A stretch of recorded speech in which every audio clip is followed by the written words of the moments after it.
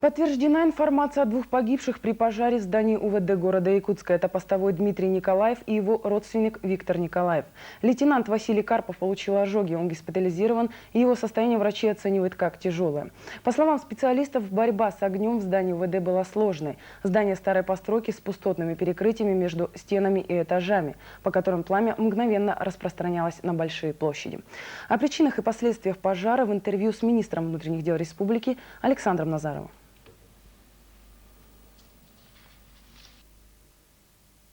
Этот случай, насколько мне известно, оброс очень многими слухами, вплоть до того, что был совершен умышленный поджог, были травмированы те люди, которые погибли или попали в больницу.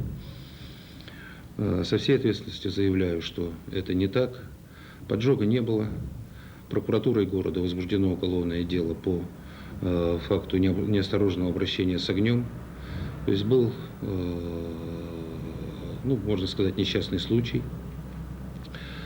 Большинство материалов, которые хранились в здании ОВД, в том числе архивы, в том числе картотека адресного республиканского бюро, сохранены, их удалось отстоять. Сохранено все оружие, которое хранилось в оружейной комнате.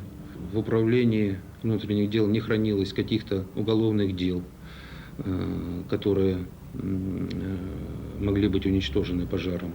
Поэтому они все тоже сохранились. То есть каких-либо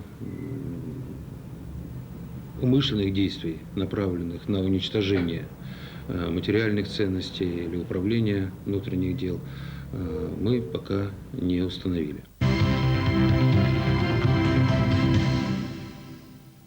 В Якутии, начиная с 2002 года, по мнению